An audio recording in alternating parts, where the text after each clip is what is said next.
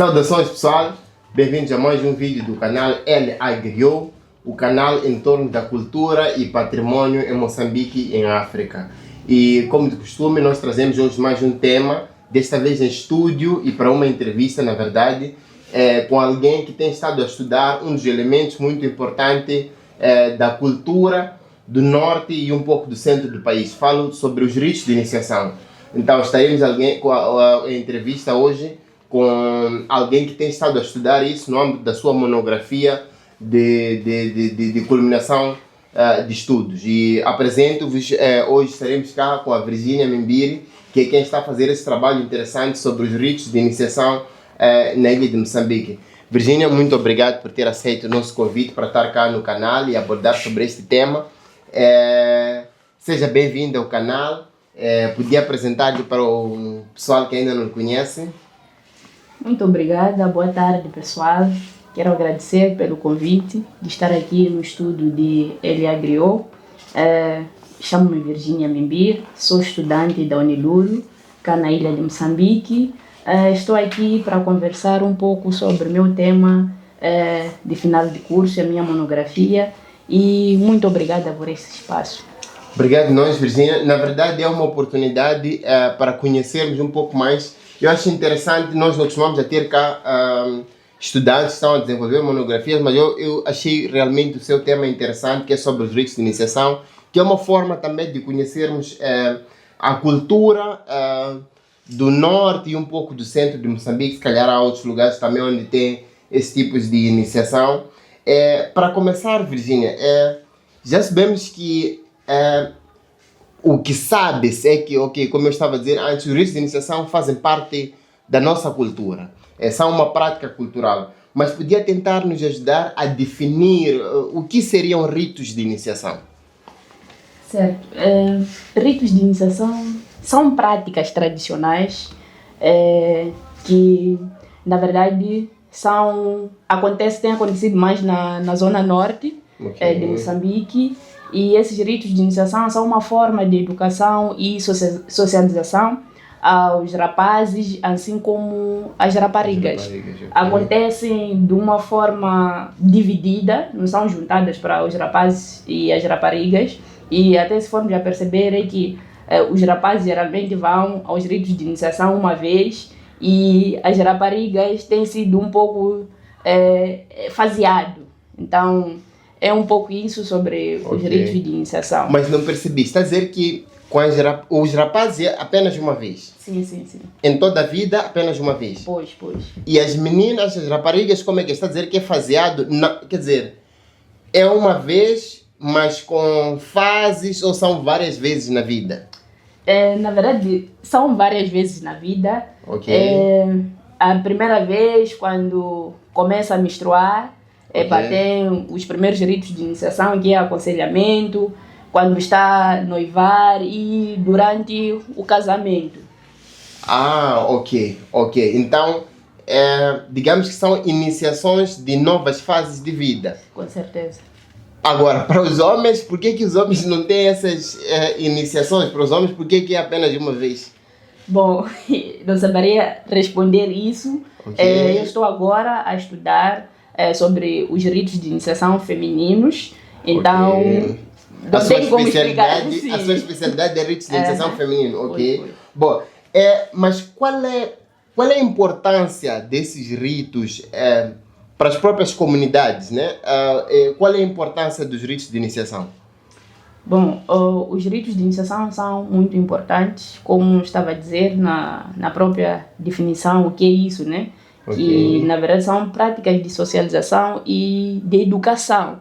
Então é um momento em que quando vê-se que o rapaz ou uma rapariga está numa idade assim, é inserida, onde vai aprender os valores da sua comunidade. E é uma forma também de educá-lo, como respeitar os mais velhos, e as raparigas, como cuidar de casa, como cuidar dos seus maridos. Então tem sido importante. Nós sabemos que na verdade não não tem tido uma escola que acaba educando isso. Então, os ritos de iniciação acabam sendo uma escola.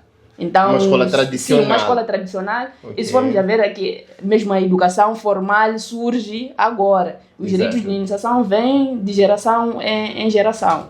Ok. Então, na verdade, a escola formal deve ser algo que vem exatamente com o Ocidente, a partir da colonização, mas os ritos de iniciação provavelmente já existiam muito antes do sistema de educação formal. Sim, com certeza. Os ritos de iniciação, na verdade, são uma das práticas que resistiram, né, a civilizações. Posso dizer que durante a entrada de vários povos cá na ilha de Moçambique, os ritos de iniciação ainda continuam.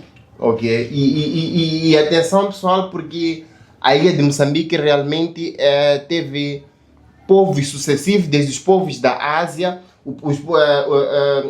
a comunidade de Swahili e até o povo europeu, mas mesmo assim estas práticas tradicionais se mantiveram até hoje. Uma curiosidade sobre os ritos de iniciação, a propósito dessa questão dos povos, eu queria saber se há, por causa da ilha de Moçambique, há elementos ligados ao Islão ou ao povo asiático nos ritos de iniciação, já que teve essa influência, ou então continuam puramente como eram antes da entrada desses povos? Bom, eu acredito que os ritos de iniciação vão mudando, já que a sociedade em si é dinâmica, né? Exato. Se formos a ver os ritos de iniciação de agora e há 10 anos, com certeza há uma diferença, né? Mas podemos ver também que nos ritos de iniciação tem algumas comunidades, por exemplo, que fazem os ritos de iniciação onde dizem que não podem tocar batuque. Isso porque vem um pouco mais nessa parte islâmica, né? É a modernização. Mas tem aqueles que ainda continuam com isso. Então há uma resistência, mas que com certeza alguma coisa vem mudando. Ok. E entre os jornalistas, hoje em dia, com o mundo moderno, essa questão dos direitos humanos, direitos das mulheres, os jornalistas não olham da mesma forma. Eu sei que há os que são pró-ritos de iniciação e acho que os que são contra. Pronto, o que é que tem a dizer sobre isso na sua revisão da literatura? O que é que encontrou em torno das posições dos diversos autores sobre o tema? Pois, na verdade há essas duas posições, os que estão a favor, né, que os ritos de iniciação é uma forma de educação, então tem que se valorizar a própria cultura em si. Mas tem aqueles que dizem que, na verdade, os ritos de iniciação acabam prejudicando para as igualdades de gênero. Então, que essa é uma nova abordagem. E isso, na verdade, alguns deles acabam dizendo que nem exatamente os ritos de iniciação, mas são alguns elementos que acabam influenciando para isso. Ok. E para si em particular, no seu trabalho, como é que analisa? Qual é o seu tema e qual é a perspectiva dentro desse debate? O seu trabalho iria se integrar nos pró ou nos contra os ritos de iniciação? O meu tema, o tema do meu trabalho é ritos de iniciação e ritos de iniciação femininos e construção sobre gênero entre as mulheres da ilha de Moçambique. Ritos de iniciação feminino e construção de gênero. Sim. Cá na ilha de Moçambique e um pouco mais em Tocolo, né? Onde pretendo fazer a minha pesquisa de campo. Tocolo é um dos bairros cá da ilha de Moçambique. Sim. Um dos bairros da ilha de Moçambique. Então preferi ir um pouco para lá. Olhando um pouco mais nessa vertente que dentro da ilha de Moçambique já passaram vários estudos, então que é necessário que a gente vá para lá e ver que a realidade, na verdade, é um pouco diferente. Podemos dizer que aqui as coisas estão um pouco mais modernizadas, né, por causa dessas pesquisas. Então daí é que acabei indo para lá. Tocolo então é uma zona rural. Com certeza. Atenção pessoal, que o distrito da ilha de Moçambique tem a zona insular, onde temos os monumentos, os edifícios históricos antigos, mas também temos a zona continental e Tocolo é um dos bairros da zona continental, que é uma área rural. Mas eu perguntava sobre o seu tema, como é que analisa, quais são os seus objetivos, qual é a ideia do seu trabalho? Sim. Eu estava para dizer que eu não estou contra nem a favor. Ok. Na verdade, durante a minha leitura, os autores que eu acabei vendo, né, que dizem que, na verdade, os ritos de iniciação acabam influenciando para as desigualdades de gênero. Ok. Mas, ao ver esses todos autores, né, não vejo em si elementos concretos, né, que dizem que realmente os ritos de iniciação têm isso, né? Acabam dizendo que, na verdade, os ritos de iniciação acabam influenciando para a submissão da mulher pelo homem. Os ritos de iniciação, na verdade, acabam influenciando, ditando que a mulher só pode ter tarefas domésticas. Ok. Então, fica com tarefas de cuidado, de casa, por aí. Então, é nesse âmbito que surge aquela coisa, mas o que tem lá? O que faz os autores dizerem isso? Ok, então, os elementos concretos sim, nesse caso. Com certeza, elementos concretos que possam provar isso ou o contrário, né? Exato. Então, Ok. é isso que eu pretendo no meu estudo. E eu analiso os ritos de iniciação em si como uma prática cultural. Vou analisar, na verdade, algumas ações nos ritos de iniciação que podem influenciar nessa concepção. Ok. Mas, a propósito, o que seria isso? Construção sobre gênero, concepção do gênero, o que é isso? Construção sobre gênero ou socialização de gênero, na verdade, seria um processo em que os indivíduos vão internalizar os valores, aquilo que é, por exemplo, típico, o papel esperado, por exemplo, do homem. O que é ser homem? Ok. O que é ser mulher? Então, acaba sendo esse todo o processo. É um processo contínuo, né? Homem tem que fazer isso, mulher tem que ser isso. Então, construção de gênero é um pouco disso. Então, para dizer que essa ideia de o que é ser homem e o que é ser mulher, na verdade, não é algo que nós nascemos com essa concepção. É algo que, como está a dizer, é socialização. A gente aprende na sociedade o que é ser homem e o que é ser mulher. E, se calhar, na tua perspectiva, os ritos de iniciação também contribuem para isso, é isso? Sim, certo. Na verdade é isso. A gente aprende a ser o que é hoje, aprende a ser homem, aprende a ser mulher. Daí que também dizem que existem os outros, né? Outras orientações sexuais, né? Dependendo do ambiente em que a pessoa frequenta ou vive, né? Então, na verdade, os ritos de iniciação como uma instituição de educação, né? Informal, tem essa coisa de ensinar o que a mulher deve fazer, o que o homem deve fazer, porque é isso que se aprende lá. Mas é um pouco disso. Ok. Nos últimos tempos dá essa impressão que há muitos estudos, ações que têm por base a questão do gênero. Temos estado a ver em Moçambique muitas organizações a surgirem ou então a ganharem muita voz sobre a questão de gênero. Qual é a razão por trás disso em Moçambique nos últimos tempos? O que está a acontecer? Isso sabe dizer? Ou assim, em particular, o que lhe motivou a pensar em escrever num tema sobre isso, sobre o gênero? Na verdade,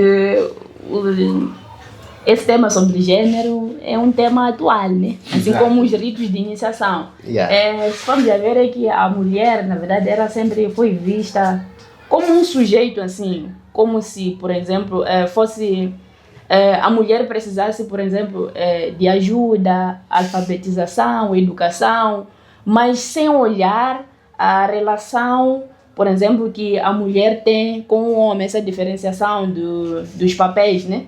Que por exemplo, trabalho que a mulher faz, que olha-se mais o trabalho remunerado para o homem. Então, aí é que surge essa necessidade. Ok, tá bom.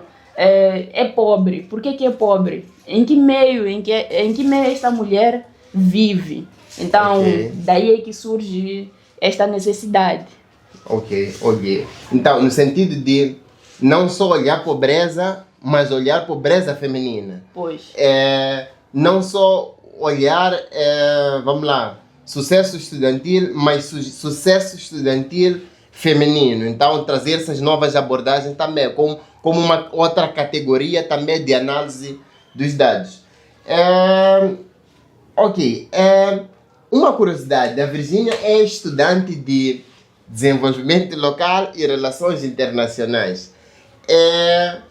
Qual é a ideia? Como é que surge esta ideia de estudar os ritos de iniciação num curso como este, né? De relações internacionais e desenvolvimento local? De onde é que surge esta ideia? Qual é a relação que pode se estabelecer entre isto, relações internacionais, desenvolvimento local, e esta questão do género, dos ritos de iniciação?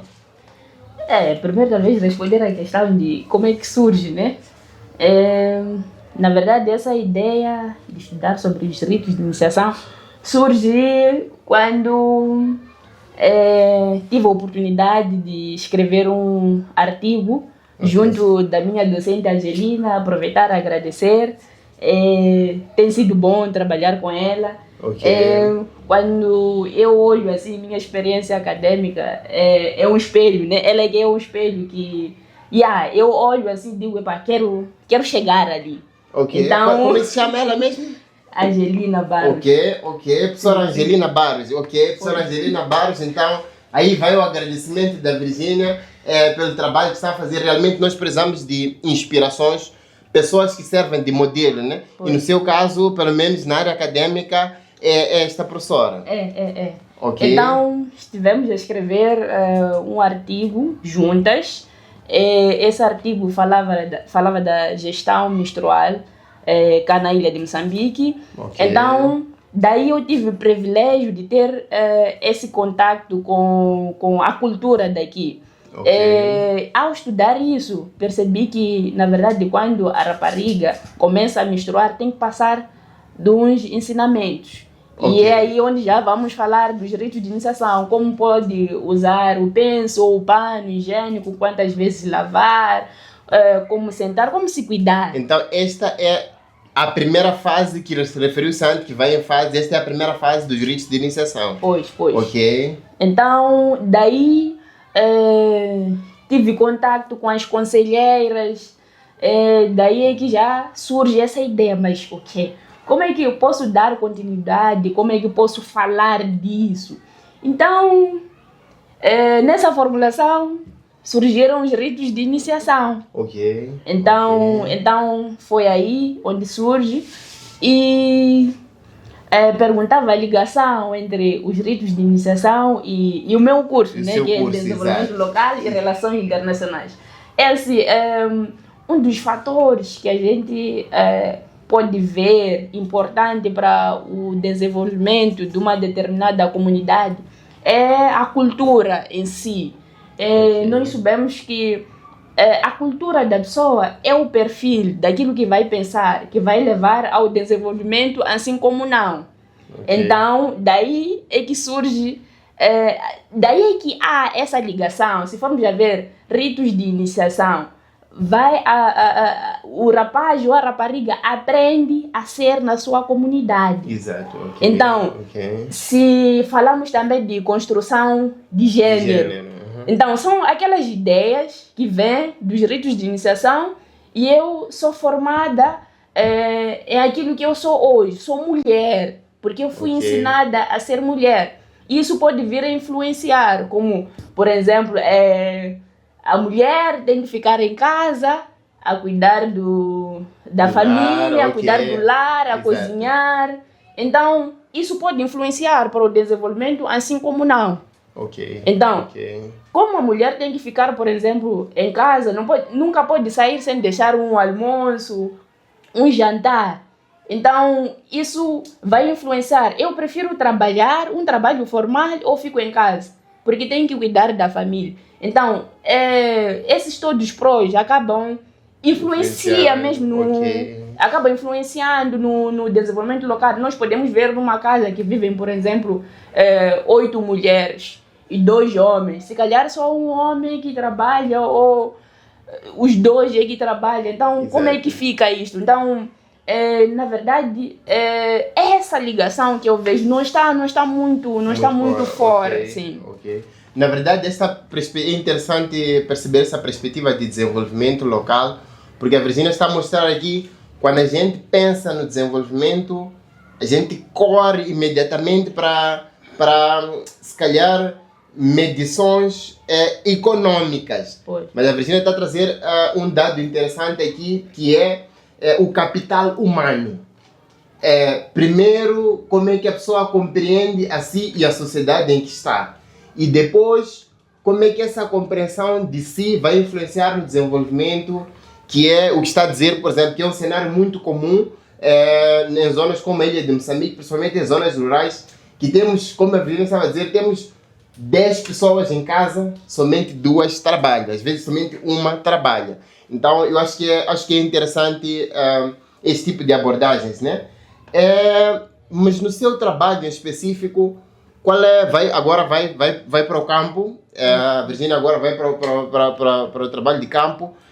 Na sua pesquisa de campo, qual é o grupo-alvo, com quem pretende conversar nesta comunidade onde vai, no bairro de Tocolo? Qual é o seu grupo-alvo?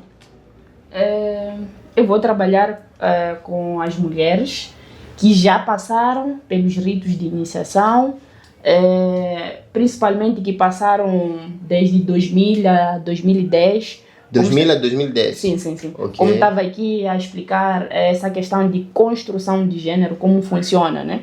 Que esse é um processo contínuo.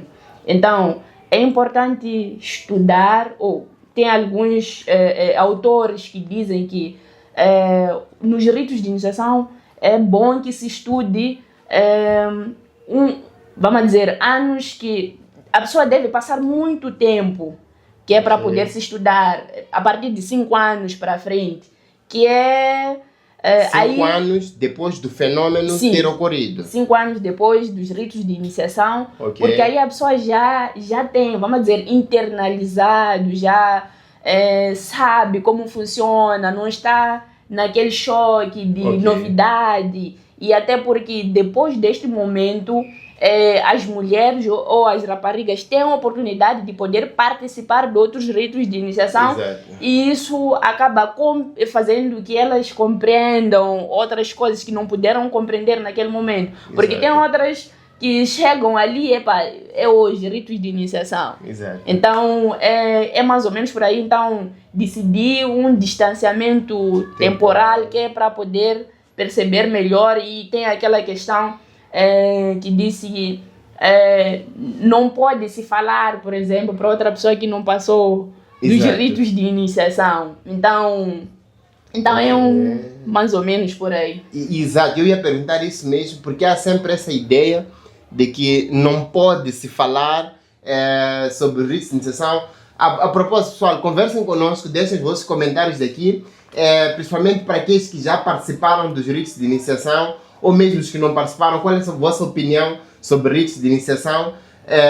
E em particular o tema da Virginia, se calhar podemos escolher dados aqui também online. Pessoal, deixem os vossos comentários o que acham sobre ritos de iniciação. Quem já participou pode dar algum testemunho dentro daquilo que é possível, pessoal. Porque eu sei que há algumas coisas que não pode se dizer, mas deixem os vossos testemunhos cá, e se calhar não vamos limitar só as raparigas, mas os homens também que tenham participado, deixem os vossos comentários cá, que de certeza vamos fazer um debate interessante. Mas a Virginia estava a dizer que, pronto, preferiu esse distanciamento temporal, que na verdade, qual seria a faixa etária dessas pessoas, por exemplo, que passaram dos ritos de iniciação, disse de 2000 a 2010. Ok, 2000 a 2010. Seriam pessoas que agora estariam com 25 anos. Estamos em 2025. Sim. Na verdade, vendo, comparando, né? Que quando a pessoa vai um pouco cedo nos ritos de iniciação, vamos dizer, aquela altura 2000, né? Vamos dizer, com 10, 12 anos.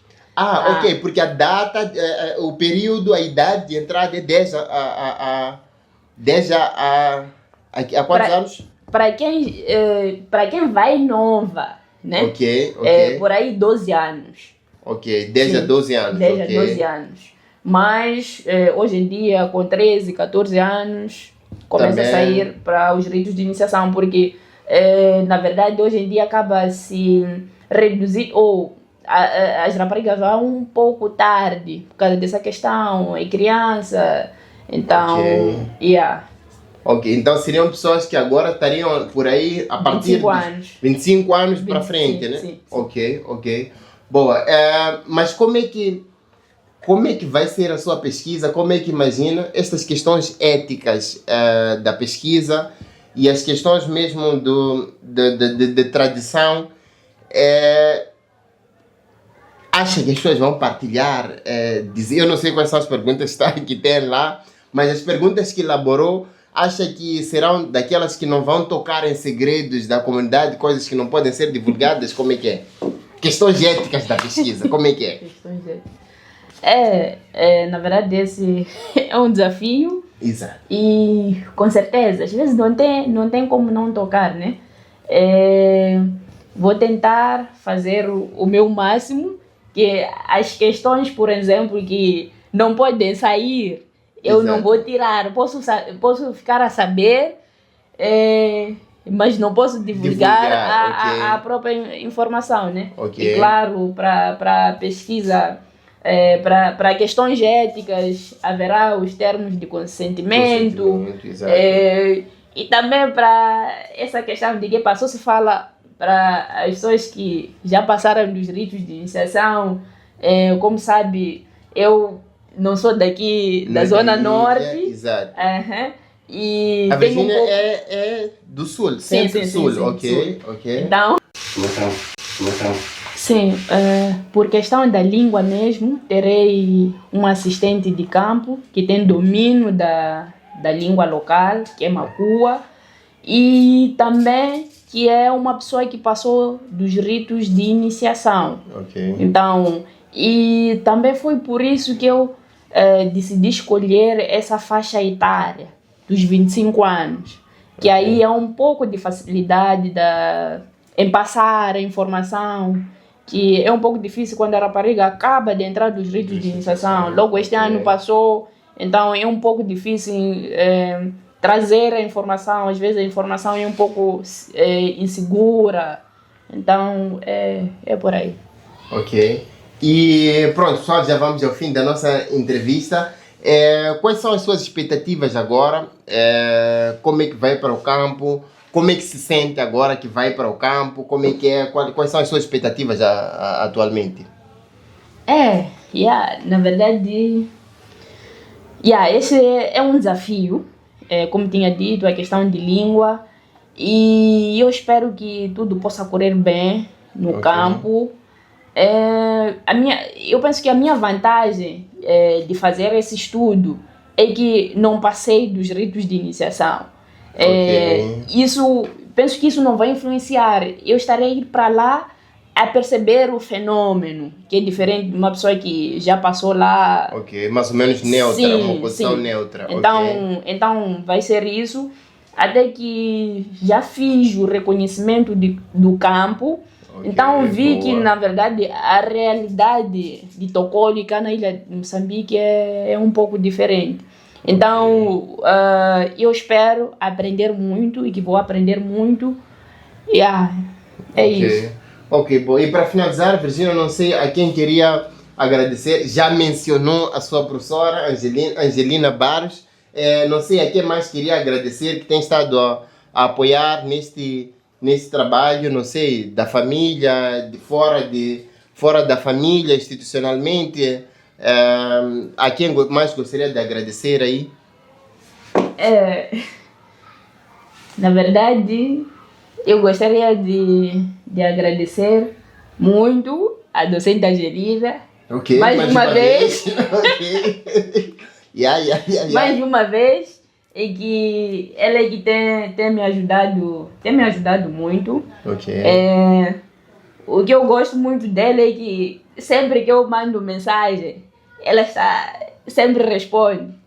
Então, boa. Então, eu gostaria de ser como ela no futuro, né? Ela consegue estar onde está, estar em outros sítios que ela é muito precisada, né?